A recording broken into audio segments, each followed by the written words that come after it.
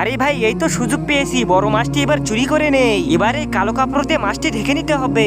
এবার এখান থেকে চল তাড়াতাড়ি। আরে আমার এখানে বড় মাছ ছিল, সেটা কোথায় গেল? এই যে আইসক্রিম আলা ভাই, একটু দাঁড়ান। আরে পিছনে কি দেখতেছিস? ও তো আমাদের ডাকতেছে। আরে ওর কথা বাদ দে, এবার চল এখান থেকে তাড়াতাড়ি। এই যে ভাইজান, তোমরা কি কানে শুনতে পাও না নাকি? তোমাদের তো অনেকক্ষণ ধরে ডাকতেছি। আরে আমাদের কাছে তো আইসক্রিম শেষ হয়ে গেছে, তো তুমি ডাকলে আমরা যাবো কেন?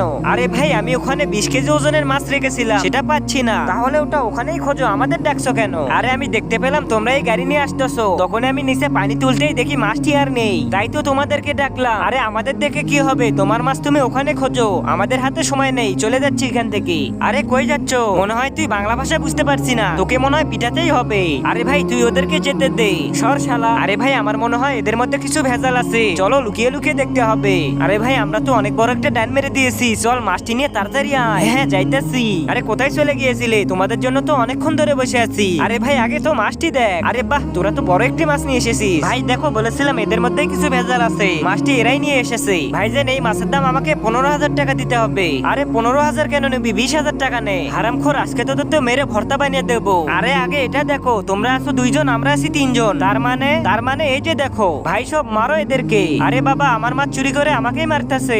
তার আগে দেখবো কারা কারা শয়তানকে হারিয়ে আল্লাহকে ভালোবাসে। যারা আল্লাহকে ভালোবাসো তারা ভিডিওটিতে একটা লাইক দিয়ে চ্যানেলটিকে সাবস্ক্রাইব করবে, আর যারা শয়তানকে ভালোবাসো তাদের কিচ্ছু করার দরকার নেই।